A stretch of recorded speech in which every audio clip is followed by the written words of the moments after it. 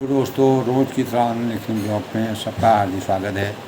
सबके मंगल भविष्य की कामना के साथ आज प्रेरणादायक विचारों में दोस्तों, हमारे जीवन में कर्मों का बड़ा रहस्य है और बिना कर्म के हमारे जीवन की सार्थकता के प्रमाण सिद्ध नहीं होते हैं।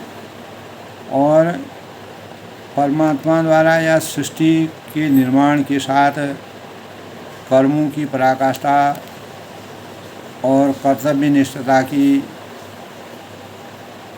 को मानव जीवन का सबसे बड़ा उपहार बताया है, जिसके परिणाम स्वरूप अपने जीवन में अच्छे और बुरे कार्यों के द्वारा यानी अच्छे कार्यों से हम अपने जीवन को कैसे परिभाषित कर सकते हैं। अगर हमारे कार्यों में कार्य नेक नहीं रहते हैं तो हम अपने जीवन को किस प्रकार से अनेक प्रकार के दैहिक भौतिक तापों से तप करके अपने जीवन को अज्ञान रूपी अंधकार में धकेलने का कार्य करते हैं। तो जीवन हमारे कर्म संघर्षों का परिचय है। तो आज के प्रेरणादायक विषय में दोस्तों, जीवन हमारे कर्म संघर्ष का परिचय है। इस संबंध में प्रेरणादायक विचारों के अनुरूप में दोस्तों, जीवन को कर्म क्षेत्र कहा जाता है। और कर्म का मतलब है कि दोस्तों, जो कुछ भी हम करते हैं और वह हमें वापस मिलता है, और वह हमारे विचारों, शब्दों, कार्यों और दूसरों के साथ व्यवहार पर लागू होता है। हम अपने कार्यों के द्वारा, शब्दों के द्वारा और दूसरों के साथ जो व्यवहार करते हैं, जो हमारा आचरण होता है, उसके अनुसार हमारे कर्मों की रूपरेखा लागू होती है। तो कर्म के बारे में दोस्तों इस प्रकार समझाया गया है कि कर्म करने पर ही जीवन का परिणाम मिलता है, और कर्म करने से ही जीवन चलता है, और कर्म करने से ही भगवान ने हमें अनेक प्रकार की जो हमारे जीवन, हमारे शरीर में जो इंद्रियां होती हैं, वो कर्मों को करने के लिए ही हमें आसक्ति प्रदान करते हैं, शक्ति प्रदान करते हैं। तो कर्म करने से हमें आस्तिक भावों का संचार होता है, शांति मिलती है और मोक्ष की प्राप्ति और के साथ कर्म के दो प्रकार खास होते हैं। कर्म करने में हम दोस्तों या तो पाप कमाते हैं या पुण्य कमाते हैं। तो निष्काम भाव से किए गए जो कर्म हैं वह पाप पुण्य जो हैं ये दो हैं, और निष्काम भाव से किए गए कर्म पाप पुण्यों से शून्य होते हैं। न उसमें पाप होता है न पुण्य होता है, वो पराकाष्ठा की अनुभूति होती है। और कर्म के सिद्धांत गहरे और आध्यात्मिक और दार्शनिक मूल्यों पर आधारित होते हैं। तो ज्योतिष में दोस्तों, ज्योतिष शास्त्र में कर्मों के विषय में स्थिति और भावों का अध्ययन किया जाता है, जिससे जो हमारे कर्मों के प्रतीक होते हैं। तो कर्म हमारे जीवन के अपने स्वयं में निर्धारित होते हैं। मनुष्य जैसा कर्म करता है उसे वैसा ही फल और पुण्य प्राप्त होता है। तो कर्मण्येवाधिकारस्तु मा होते हैं, और सबसे बड़ा कर्म अपने शरीर की देखभाल करना माना गया है, और उसके बाद परिवार की रक्षा करना माना गया है, और उसके बाद जीवन का सबसे श्रेष्ठ कर्म यज्ञ। तो जीवन के कर्म क्षेत्र इसलिए कहा गया है दोस्तों, महापुरुषों ने जीवन को कर्म क्षेत्र इसलिए कहा है क्योंकि महापुरुषों के अनुसार कर्म करते रहना जीवन में सबसे अधिक महत्वपूर्ण है। और महापुरुषों का मानना यह भी है कि हमारा कर्म करते हुए जीवन का निरंतर आगे बढ़ना और निरंतर उसमें प्रगति करना और कर्म में गुणात्मकता के भावों का संचार करना हमारी सबसे बड़ी विजय का रास्ता है, विजय प्राप्त करने वाला का रास्ता है, लक्ष्यों को प्राप्त करने की हमारी प्रेरणा के स्वरूप में हमारे जीवन में वो कार्य करते हैं। जब तक हम कर्म नहीं करते हैं तो हमको अच्छाई और बुराई, सद्भाव और दुर्भावनाओं का पता नहीं चलता है। कर्म में हमको अनेक प्रकार के प्रतिस्पर्धा करनी पड़ती है और जीवन में कर्म का ही दोस्तों, कर्म व विश्वास जीवन में जो कुछ भी हम करते हैं वह अंततः हमको वापस मिलता है। तो चाहे इस जीवन में या अगले जीवन किसी न किसी रूप में हमको वह मिलेगा। तो सच्चा कर्म उठना, बैठना, चलना, खाना, सोचना सब कर्म के ही स्वरूप है। कृष्ण गीता में बोलते हैं कि आप यानी अपने अर्जुन से कहते हैं कि जीव बिना कर्म के क्षण भर भी नहीं रह सकता है। कोई भी जीव है वह बिना, अगर कितना भी छोटे से छोटा जीव है वह भी अपने कर्म पथ पर तल्लीन रहता है, क्योंकि तुम्हें अपने निर्धारित वैदिक कर्तव्यों का पालन करना नितांत आवश्यक है, क्योंकि कर्म अकर्म से श्रेष्ठ है और कर्म बंद करने से हमारा शरीर का निर्वहन करना भी संभव नहीं। तो असली कर्म किसी भी अन्य प्राणी को शारीरिक, मानसिक एवं भावात्मक रूप से कष्ट न पहुंचाते हुए सबसे शारीरिक और मानसिक भावनाओं के रूप में सबको स्वस्थ रखने की अनुभूति। कौन से कर्म करने से मनुष्य जीवन मिलता है दोस्तों? प्रारब्ध कर्म में के कारण मनुष्य का पृथ्वी लोक का जन्म मनुष्य को प्राप्त होता है जब प्रारब्ध उसके अच्छे होते हैं।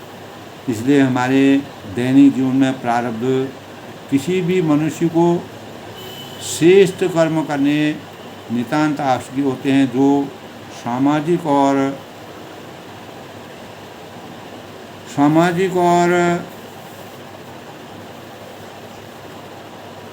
समस्त संपूर्ण समाज के परिवेश के हित में हो और लोक कल्याणकारी हो। कर्म का लक्ष्य है कि पुण्य अर्जित करना और पापों से दूरी बनाना। तो कर्म का सही अर्थ हुआ दोस्तों व्यक्ति के कार्यों की समग्रता, यह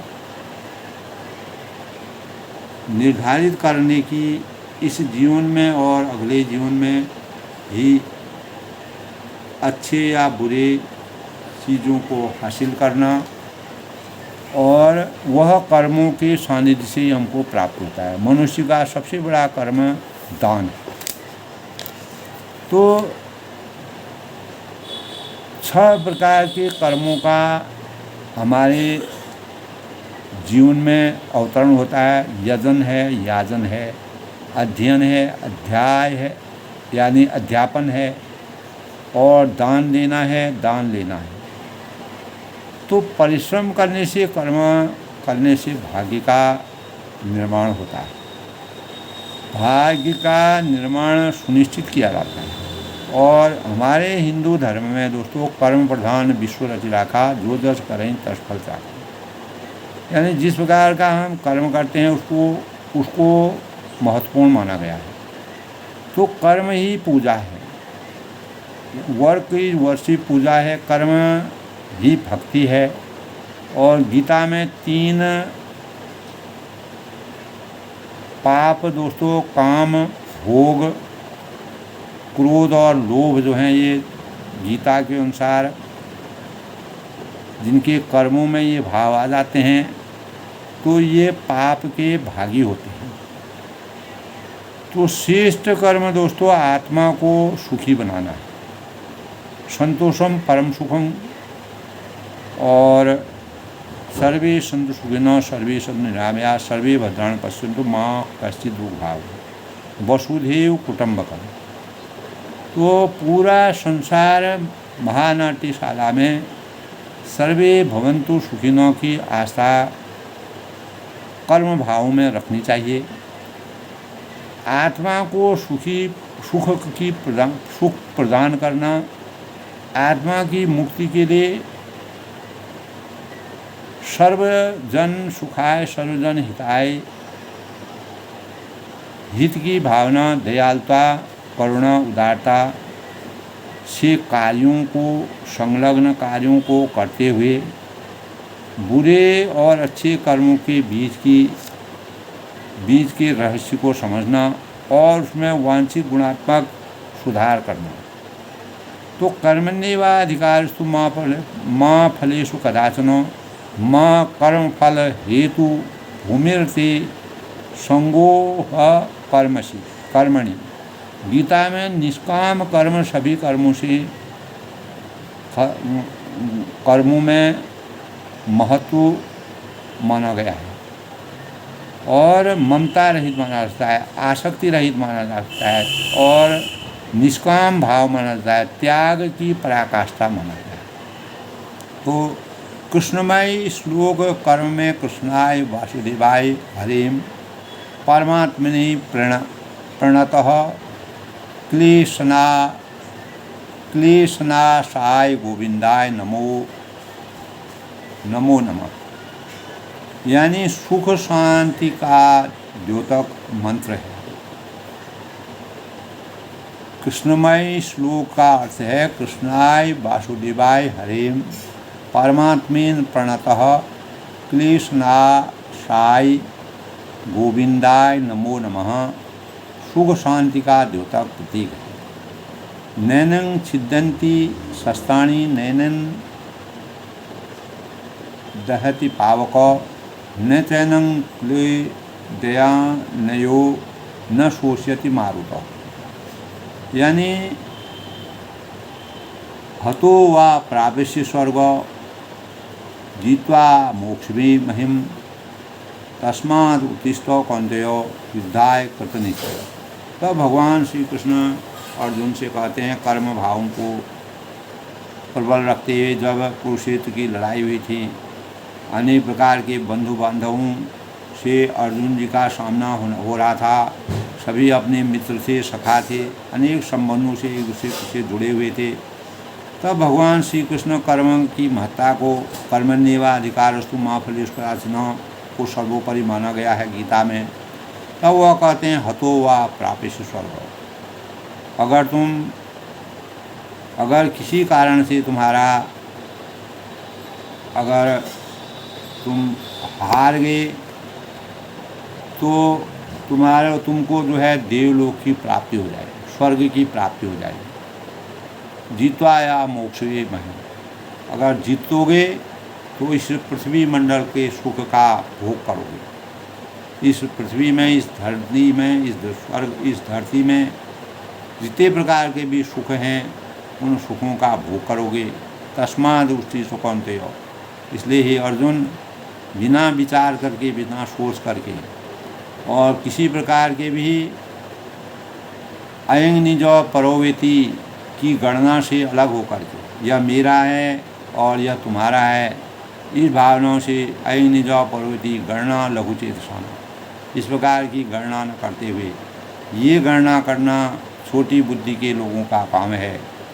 तस्मात् उत्तिष्ठ कौन्तेय, इसलिए ये अर्जुन उठो और सब प्रकार के महत्वाकांक्षाओं को और मेरा पराया सोच करके सब भावों को समाप्त करके युद्धाय कृत निश्चय, युद्ध करने का निश्चय करो। और इसी युद्ध का जो परिणाम निकलेगा, जो तुम्हारे कर्मों का परिणाम मिलेगा, उसमें जो कर्म भाव निष्काम भाव से जिसके कर्मों में प्रतिबद्धता होगी, श्रेष्ठता होगी, वही अपने जीवन को इस सांसारिक मोह माया के बंधन से जीवन की मुक्ति प्राप्त करेगा, मोक्ष की प्राप्ति करेगा। नवानि गृह्णाति नरो प्राणी। तो इस प्रकार से भगवान ने कहा है कि इस धरती में जिस प्रकार नए कपड़ों को त्याग करके जब पुराने कपड़े हो जाते हैं तो नए कपड़ों को जिस प्रकार मनुष्य धारण करता है, उसी प्रकार यह शरीर जो है पुराने शरीर को छोड़ करके नया शरीर को प्राप्त करके आत्मा नए शरीर में प्रवेश करती है। इस प्रकार हमारे कर्म भावों की पराकाष्ठा जीवंत चलती रहती है और यह एक चक्रव्यूह की तरह कर्मों की आसक्ति के लिए, इसलिए जीवन हमारे कर्म संघर्ष का परिचय है। तो दोस्तों, गोस्वामी तुलसीदास जी भी कहते हैं कि भूमि परत भा ढाबर पानी जन जीवों माया लपटा, अतः भूमि पर पड़ते ही पानी गंदला हो जाता है, मैला हो जाता है। ये ऐसे ही कुछ हो जाता है जैसे कि जीव जब जन्म लेता है तो माया अपने आप उससे लिपट जाती है।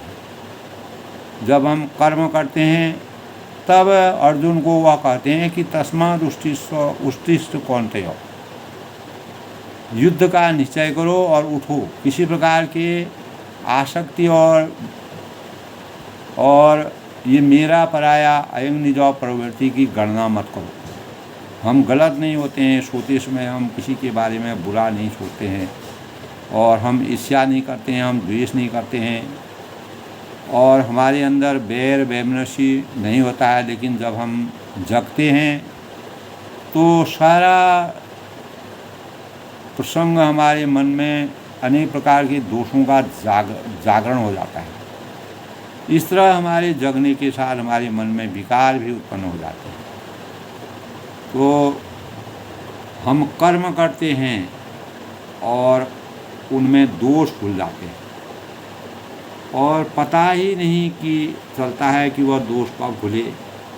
फिर वह दोष हमारे कर्म को धुंधला कर देते हैं, मैला कर देते हैं, परिणाम भी मैला कर देते हैं। जो हमारे उससे परिणाम आने वाले हैं उनको भी दूषित कर देते हैं। तो इस तरह अर्जुन को भगवान समझाते हैं कि जीवन हमारे कर्म संघर्ष का परिचय है। तो इस तरह दूषित कर्मों के कारण परिणाम भी दूषित हो जाते हैं। इन कर्मों को दोष मुक्त करने का उपाय यही है। इसके लिए भगवान कहते हैं कि मयि सर्वाणि कर्माणि, मयि सर्वाणि कर्माणि सन्न्यस्या आध्यात्म चेतसा, सन्न्यस्या आध्यात्म चेतसा मयि सर्वाणि कर्माणि सन्न्यस्या आध्यात्म चेतसा निराशीर निर्ममो भूत्वा विध्वस्व विगत ज्वर। यानी सभी कर्मों का मुझ में संन्यास कर दो। सभी कर्म जो भी तुम अच्छे बुरे जो भी कर्म कर रहे हो उनका पूर्ण रूप से समर्पण कर दो और मेरे में त्याग कर दो। भगवान गीता के अनुसार दोस्तों कर्म भावों की पराकाष्ठा को जीवन हमारे कर्म संघर्षों का परिचय है। इस मन में व्यापक हित के लिए, लोक हित के लिए, आत्महित के लिए, ईश्वर की करुणा के लिए, ईश्वर की कृपा के लिए, भगवान की प्राप्ति के लिए और अपने जीवन को सुखांत बनाने के लिए, अपने जीवन को निर्दोष बनाने के लिए कर्म करना, मानव चेतना को जगाना, ये भी एक कर्म है। इस तरह कर्म करने से कर्म के दोष अपने आप मिट जाते हैं। अगर हम एक खराब कर्म करते हैं, हज़ारों अगर अच्छे कर्म करते हैं तो एक खराब कर्म हमारा मिट जाता है। लेकिन जब हम 1000 खराब कर्म करते हैं, एक कर्म अच्छा करते हैं तो वह मिटता नहीं है। तो भगवान कहते हैं कि अगर मुझ में तुम कर्मों को त्यागोगे, मेरे अंदर समर्पण करोगे, मेरे लिए कर्म करोगे, यानी परमात्मा को साक्षी रखते हुए जो कर्म किया जाता है उसमें सभी कर्मों को विसर्जित करने को आध्यात्म चेतसा कहते हैं। यानी हमारी जो चेतना है वह आध्यात्मिक हो जाती है, परमात्मामय हो जाती है, राममय हो जाती है, प्रभुमय हो जाती है, भक्तिमय हो जाती है। तो चेतना आध्यात्मिक क्यों नहीं होती है? तो चेतना दूषित क्यों है? क्योंकि उसमें कुछ दोष आ जाते हैं, और वह दोष हैं स्वार्थ का दोष, अहंकार का दोष, और आसक्ति का दोष, आकांक्षा का दोष, कामना का दोष। इस तरह हमारी चेतना में सारे जो दोष आ जाते हैं, इसलिए हमारी चेतना आध्यात्मिक नहीं हो पाती। हम परमात्मा की प्राप्ति करने में इसलिए पीछे रह जाते हैं क्योंकि हम चेतना में आध्यात्मिक हमारी नहीं हो पाती है। हम थोड़े समय के लिए सोचते हैं, जब हम कहीं पर भी जैसे शमशान घाट में जाते हैं, वहाँ थोड़े समय के लिए हम सोचते हैं कि चेतना में हमारी आध्यात्मिकता आती है, सब कुछ छोड़ो, विरक्ति करो, संसार में कुछ नहीं है, सब बेकार है। लेकिन जैसे ही हमारी चेतना में हम उधर से उभर करके आते हैं तो वहाँ पर जब हम आदमी को बिल्कुल जो इतना बड़ा शरीर था, भौतिक शरीर और आत्मा को मिलकर के आदमी सब कुछ चेतना सब कार्य करता था, पूरे कार्य नियोजित करता था, वह जब पंच तत्व में विलीन हो जाता है, वह क्षीण हो जाता है, समाप्त होता है, वह राख बन जाती है, तब चेतना आध्यात्मिक इसलिए नहीं हो पाती है क्योंकि चेतना दूषित है।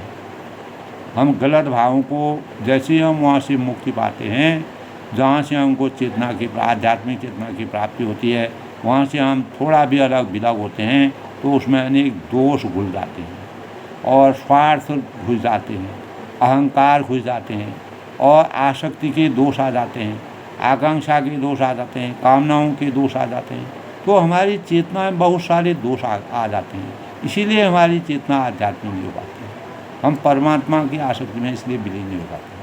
काकभूषण जी को दोस्तों, उन्होंने कौवे के छोटे रूप में अवतीत होकर के मर्यादा पुरुषोत्तम भगवान राम की भक्ति की और उसी को हजारों साल तक उसमें जन्म ले करके उसके प्रसाद को मर्यादा पुरुषोत्तम भगवान जी के स्वरूप को देख करके जब ब्रह्मांड का स्वरूप उनको पूरा दिखाया तो वह कौवे के रूप में ही आनंद मग्न था, क्योंकि भक्ति में पूर्ण रूप से वह आध्यात्म में यानी चेतना उनकी आध्यात्मिक हो गई।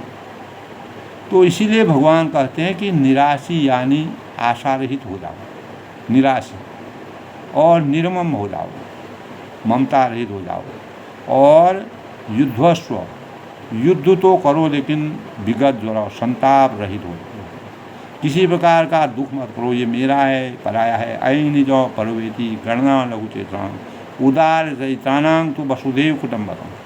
जो उदार चरित्र के लोग होते हैं उनके लिए सारा संसार एक समान है, ये मेरा पराया कुछ नहीं है।